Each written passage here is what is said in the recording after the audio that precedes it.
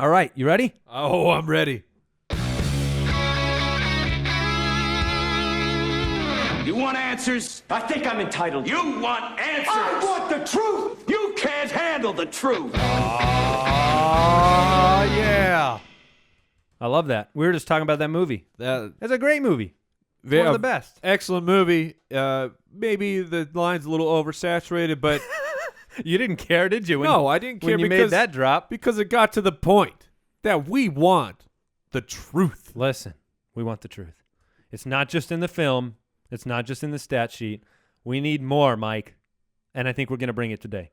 I feel like Encyclopedia Brown right now, getting to the bottom of things. I think that the getting to the bottom reference is now going to permeate when we do this for all the other positions. So what we want to do is we wanted to kind of break down the guys that finished in the top 12. And I'm actually just going to read these names real quick. The top 12 quarterbacks, and what is the scoring system that you put in here? Standard scoring. Cam Newton, Tom Brady, Russell Wilson, Blake Bortles, Carson Palmer, Drew Brees, Aaron Rodgers, Kirk Cousins, Matt Stafford, Eli Manning, Ryan Fitzpatrick, and Phillip Rivers. So what we wanted to do is we wanted to kind of give you some real perspective on these guys. What was their season in reality? Because here's what happens. If we don't do this now, and if you're not listening now, you're going to miss out. When we get to draft season, fantasy draft season, you're going to say, well, who should I draft at quarterback? And then you're going to pull up the rankings, and you're going to see where guys finished last year. You see big numbers. You can see big numbers. And what we're going to say right now is we're going to look at the season. We're fresh off the season. Do these mean anything? Do they belong here? Should these guys be at the top of your list? Should they not? Are some of these guys there because they put up a 56-point week or they had an easy schedule and those type of things? So we've got a lot of good information to break down. You're going to love this. Let's start at the top. With Cameron Newton. Cam Newton, number one. This was a guy who was drafted 84th overall in fantasy drafts last year, which equated to the 11th quarterback off the board. That was a pretty good pick. Yeah, we say draft the quarterback late. I'll tell you, if you drafted him late, you ended up in good shape, especially if you held on to him through a couple weeks. So what's the breakdown of Cam Newton we want to look at here? Because one of the things we took a look at that Mike broke down was how many games did these guys play against top defenses and how many did they play against bottom and how did they perform against those defenses, right? Correct. So Cam Newton had 6 games. He got pretty lucky. And we only went to week 16. We did not break down week 17. Good riddance, week 17. What, like the Green Day song? Yes, there you go. So it ended up that he only had 6 games against top 16 passing defenses. In those games, he was putting up 26 points per game. He had 10 against the bottom half of the league, 31 points per game. So a 5-point difference. Playing worse defenses, he was better against them. However, not surprising. However, a 26 points per game on a weekly basis, even if no matter what the defense, that's pretty good knowing that you have a huge ceiling of 31 a game. And one of the big things we wanted to look at too was, are these guys streamers? Or are they plug-and-play type of options? Now, it might seem obvious, and it is kind of obvious with Cam Newton this season. He was a plug-and-play type of guy. You don't have to switch him out. You don't have to stream in his place. He hurt you 1 week, really. Well, it was a big week, right? Week 16. It was, but it's only the biggest week. Right. No big deal. In terms of consistency, and I'm looking at these numbers, we're looking at consistency in terms of this. Could you start the guy? And that meant they finished in the top 10 at their position. Did they give you any top performances? That would have been finishing number 1 or number 2. And did they give you any duds, any horrible weeks? And that would have been if you're outside the top 20 in your position, where basically you could have started anybody off of the waiver wire and probably ended up with a better guy than who you started here. Now, Cam Newton gave you 1 horrible week, 1 bad week, 1 where he was outside the top 20 on the whole year. Was that a championship week? I believe it was. Whoops. And then you had 5 what we would say top 2 performances. So those are like the way I like to think of those are game winning or week winning type of performances. Yeah, absolutely. From the quarterback, right? So he had the second to last game, week 16, he had the 142, no passing touchdowns, had a fumble. That was the really bad game. Otherwise, Cam Newton was extremely consistent. He had 9 starts, what we're calling starts here, where he basically was in the top 10, 5 huge performances, 1 dud. Doesn't really get any better. No, the 5 week winning performances, that's why you drafted a guy like Cam Newton. That's pretty much been his MO. We'll talk further on in the offseason about quarterbacks again, but that's basically Cam Newton's MO of giving you 5 to 6 weeks of finishing in the top 3 or so, where Cam Newton has been a problem before, like last year. He gave you those weeks, but if he didn't finish as a top 2 quarterback, he rarely finished in the top 12, so he was a very inconsistent guy.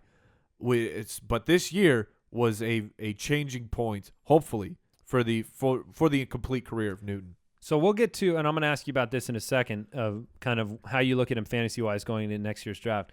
But one thing that's nice about Newton and what he showed us this year is that in his monster games, they weren't all dependent on having a running combination type situation. Yes, a couple of his huge games, he had 8 for 100 on the ground, okay? Or he had 9 for 57 and a touchdown on the ground.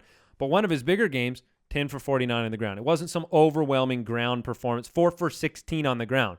He was doing it from the pocket with his arm, which is the kind of consistency you really need from a guy like that if you're going to depend on him. Yeah, and a big thing for him was Ted Ginn, who had 10 touchdowns this year. And do you know how many touchdowns Ted Ginn has in his career before this year? Oh, my goodness. Is it like 15? 10? 11. Okay. So that's good. So from 2007 to 2014, 11 touchdowns, 10 this year. And for next year, why I like Cam Newton is not just Ginn, but I think that Bunches of Funches was really starting to evolve. We'll get to watch him clearly through the playoffs. You bring back Kelvin Benjamin, hopefully healthy off of his ACL. That passing game, which Greg Olson's there, which we had left for dead before the year started when Benjamin went down, could be easily among the tops in the NFL again next year. Yeah, he did a lot to just answer every critic that he could have. Because when you came into the year, you basically said, I think we said it on the show probably, he has no wide receivers. Yeah, well, he had no wide receivers. And I don't know if he does right now. I think I like Funches. And some of the guys, Philly Brown, Kotchery's certainly reliable. But when you say it, you kind of are looking for the guy that's, a weapon like Benjamin was. And he showed us that even in spite of injury, he could be a prolific quarterback. Yeah, so I like Cam Newton a lot. Where do you think he ends up? It's January 11th. Right. So put the asterisks on all comments. It's January 11th. Is he going to be the top quarterback off the board next year? Yes. All right. I believe that he will be. Now, we're going to get to the next guy. The only guy that had a higher consistency rating based on what we were talking about than Cam Newton was this next guy. And that is, maybe you've heard of him, Tom Brady. He's okay. Another surprise. Oh, yes. QB9 off the board, 58 overall, according to the ADPs that we were looking at. In our league, neither of these guys was drafted. In our own league, neither guy was drafted. They ended up the 1-2 quarterback. This is why you can find a quarterback late. Yeah, because people are going to be doubted. And part of Tom Brady's fall, if we all remember Deflategate, was it going to be suspended for 4 weeks type of thing. So that certainly affected his ADP. But people's the love for Tom Brady was substantiated this year in a big way. Where the certainly had to have been for you because you were somebody who saw a mirage in his numbers. Yeah, well, the past 2 years, for fantasy purposes, I never doubted Tom Brady as a real-life quarterback. But for fantasy purposes, the past 2 years, he'd been bad. Not just, he's been okay. Aaron Rodgers had an ho-hum. He's still top 10. Brady was bad for fantasy, hurting your team, and a guy that you had to take early because his name is Tom Brady, and people love to have him on their fantasy team. So this year, with that newfound offense, the way they were using Edelman, and of course Gronkowski, and the new guy, Deion Lewis, that was kind of the X factor. Especially the big numbers were earlier. What really changed the offense for Brady was that his running back was Shane Vereen, except in every single snap, and they didn't have to rotate, and they're throwing a ton. that really padded Tom Brady's numbers. So he was very consistent. The number one consistency in fantasy quarterbacks. The interesting thing when you break down his numbers, Tom Brady had 9 games against the bottom half of the league in pass defenses, 26.5 points per game, versus the top half, 7 games, 27. He was even better against better defenses. So he was better against when he faced the likes of the Jets, for example. So you knew what you were going to get with Tom Brady, except for the playoffs. Fantasy playoffs were very tough. Yeah. And that was. Do you put the onus on him for that, or on the fact No, he was just horribly the depleted? team was depleted. I mean, Yeah. if you had Lewis, if you had Edelman in there, even Amendola, who kind of replaced Edelman, got banged up. So it was a tough sled for Brady. Worst 2 games of the year were week 16 and 17, where he just pretty much didn't throw a lot and wasn't effective at all. Now, consistency-wise, like Mike said, he had 11 games where he was a top 10 quarterback this year. He had 3 games where he was a top 2, and he had 2 duds those last games of the year. But that made him the number 1 most consistent fantasy quarterback week to week. Another guy that you could just, if you had him, you just started him every week. Yeah, in our league, I mean, you get to week 9 before he had sub 30 points for a quarterback, and that's elite level scoring. Yeah. So value-wise, he's not going to be a great value next year based on these numbers. No, he won't. But he should be. Man, he'll be very interesting for me next year to see where he registers on my heat index, because Lewis coming back off the ACL is a big question mark. Will he be ready to go at the beginning of the season? Will he be Effective, used the completely same. healthy? Yeah, exactly. So, which factors into Tom Brady's fantasy relevance. Like we said, look at the early games when he had Lewis being a monster. That's when Tom Brady was a monster. All right, this next guy, I have some interesting questions for you, Mike. It's Russell Wilson. Russell Wilson was the third. Russell Wilson. I'm sorry, I didn't say it correctly. Russell Wilson.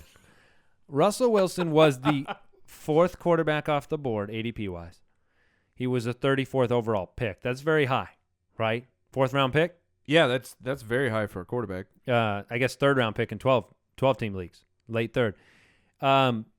So Russell Wilson had an interesting year because I believe he started, I'm gonna pull it up just so I can reference it exactly. He started the year, listen to this, with 1 touchdown for every game through week 10 except for he had a 1-2 touchdown game, okay? So basically you're saying you didn't throw for 3 touchdowns in any game up to week 10. These were weeks when they had Marshawn Lynch. These were weeks when he had Jimmy Graham. And yet, very slow start for Russell Wilson. And he wasn't giving you rushing touchdowns either. He was giving you okay production on the ground, at least 20 yards a game. But if you've been with us for a while, you remember the infamous Russell Wilson sit of the week. That came off the heels of the San Francisco game where he put up 3 touchdowns. He said no. Yeah, I mean that's when the nuclear reactor overcharged and just plutonium exploded into the skies of fantasy points for Russell Wilson. His season looks like it's been split in half, perfectly in half. The first half, he was a ho-hum draft disappointment. You probably dropped him, or you traded him, or you didn't start him, or you streamed against him, because why wouldn't you? The second half was monstrous. He didn't have 3, 5, 3, 5, 3, 2, 3 in terms of passing touchdowns. Ends up breaking, I believe, the Seahawks record for passing touchdowns in a season, and totally, blows fantasy owners away with the second half of the year. Now, looking at the numbers a little bit deeper, he had 7 games against top scoring defenses, or top defenses, 25 points a game. He had 9 against bottom D, 27 a game. Fairly consistent across those lines. That's right? not bad. He ends up as the number 4 most consistent quarterback with 8 games where he's in the top 10, 2 big games. And out of all of the quarterbacks, he's the only one with 0 horrible performances. And we're qualifying that as he never finished outside the top 20 any week. That's the definition of plug and play to me. Yeah, absolutely. But he didn't win you weeks from week 1 to 10. No, he was basically he was like Travis Kelce, where he's a guy you took in the top half of the draft. He's giving you points, but he's just not giving you any oomph. There's no juice to what's That's going on. hard to endure for 10 weeks. Yeah, absolutely. Especially the way we overreact in fantasy football, where 1 week feels like live or die. So for Russell Wilson those who stuck with him, congratulations. Or if you were one of the people who managed to, I'll trade for Wilson. So being a late round quarterback guy, tell me this. If you put yourself in the shoes, you drafted Russell Wilson. All right. And you drafted him with the 34th overall pick, which already is a fantasy land for you, I know. But let's say you did that. Let's say you did that and you put him in your lineup and you never took him out. Are you, looking back on your season, do you now say, I'm glad I drafted Russell Wilson with the 34th pick in this draft? Ooh. I don't think I would be. That's very high. I mean, that's very high. It's a very, very high pick. I mean, that's around where you're still getting elite level wide receivers, and for a guy for his first half of the season to give me production that I feel like I easily could have streamed against bad defenses and gotten that at the worst or better with a higher ceiling, it would be a disappointment for me for sure. Okay, so that's a good question to ask. Is kind of, would you have been happy with these ADPs? Because, we already know the answer with a guy like Aaron Rodgers, who's down here on our list a little bit more, who was 13th overall in all players in these drafts. But for somebody where Russell Wilson, I thought it would be interesting, 34 overall. Let's go to the fourth guy on the list. Yeah. Where everybody knew he'd be here because he was the 220th guy off the board.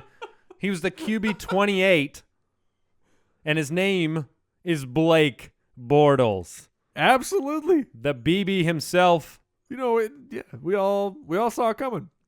Look, Blake Bortles clearly has a disparity on the way he performed against top defenses and bottom defenses. Against bad Ds, from what I can tell, he's pretty much as good as it gets. Other than Cam Newton, nobody played better against bad defenses than Blake Bortles. 27.5 points a game. Well, there's actually there is one coming up here, but that is among the top of these quarterbacks we're talking about. 27.5 points a game as compared to only 22 against upper echelon defenses.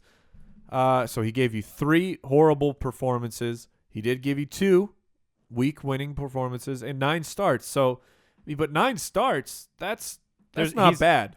He was the number 3 on the consistency chart. And you don't want to know why? Why? Oh, the garbage man can. Because when you're playing a bad D and beating them, you're doing good. And when you're not, they threw the ball enough to make him sufficient. That's very valid. His garbage time. Look, 22.5 against top defenses says he had some garbage time. He was a candidate on our show. If you didn't catch it, by the way, go back and listen to the Footies Award Show episode last week on Thursday. It's a great episode. We go through 15 categories, and you guys voted on them. And Blake Bortles was in consideration for the Garbage Man of the Year because he kind of did that every week. So Blake Bortles, I mean, obviously an undrafted guy, really. I mean, I say these numbers, these ADP, unless you're in a league where you draft 220 players, he wasn't drafted. So what is Blake Bortles next year? Where do you man. Gus Bradley's back, and we can make all the jokes we want. I like him. Jason doesn't. Jason's not here, so it's great. So we all like Gus Bradley.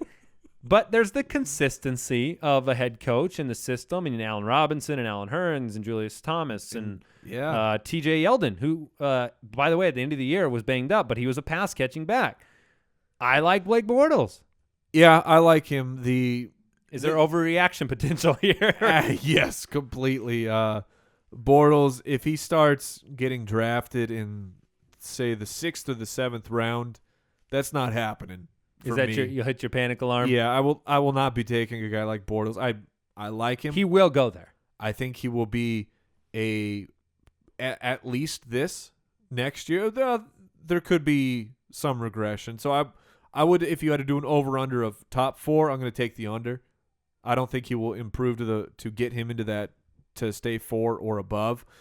But he'll be okay, but he's going to be overdrafted. I think worst case scenario draft position next year is he will be what the Matthew Stafford was this year, which is probably in that quarterback, 8, 9, 10, 6th, 7th, 8th round. I mean, at the latest. So, Yeah, beware. because you're going to look at this chart and you're going to say, and I mean, we don't really have statistical reasons to say he's going to be much worse other than the fact that he was very good against bad defenses. I mean, is that fair? Yeah, that's yes. So- You're projecting. So your over under on his forward change has more to do with other guys being better than him? Yeah, I mean, Or is it just to be so reliant track on- record? it's garbage. It's relying on the garbage, where we all love it, and sometimes you can see it coming, but it's not something that I want to rely on because that means he was so bad to start a game. I just for that much that stinks. That's stinky garbage. And say we're in the 10th round, I would gladly take Blake Bortles. Yeah, very consistent. All right, Carson Palmer's a number 5. He was the number 5 quarterback this year. He had an average draft position of the 20th quarterback off the board. Great value, 145th overall, undrafted in a lot of leagues, and an absolute steal. There's not much you can say about him other than the fact, I mean, only one performance all year long that was outside the top 20. Trying to remember when that was. It would have been the last game. Week 17? I believe week 17. Yeah. That's it. So basically none because he played half the game that week, right? So extremely consistent in an offense that is best in the league. 8 start performances, 1 top performance. It doesn't really get much better than that. Yeah, he was very consistent, and things you like to look at, which maybe we didn't mention them earlier, for dome players, there's the thought process. Well, at home in a dome, in controlled environments, they're much better than on the road. He was a 1.5 difference, Carson Palmer. So between home and the road, so you knew what you were going to get on a weekly basis. And funny enough, his split between playing a top 16 or a bottom 16 defense, a half a point. He like Tom Brady, performed better on average against better pass defenses. Fantastic stuff. Fantastic year for Carson Palmer. Yeah, you like seeing that from a fantasy quarterback, where it's not dependent on the perfect matchup. He can go out there and give you a big performance no matter who he plays. So Carson Palmer next year, I think if the offense doesn't change a lot, which it shouldn't, David Johnson should be in there. He's a great guy that I look to replicate his year. Yeah, he'll be interesting to see how many people will buy into that. Will he actually go early? Yeah, that's a good question because of the age. Yeah, Yep. the age factor, and it's if you're looking at a guy like, let's say Bortles, he's young, he's ascending, he's getting better. Should he go, or will he go earlier than Carson Palmer? I would. It's not being a homer. It's just looking at the numbers of the offenses. Carson Palmer is a much better bet to repeat next year. I agree with you.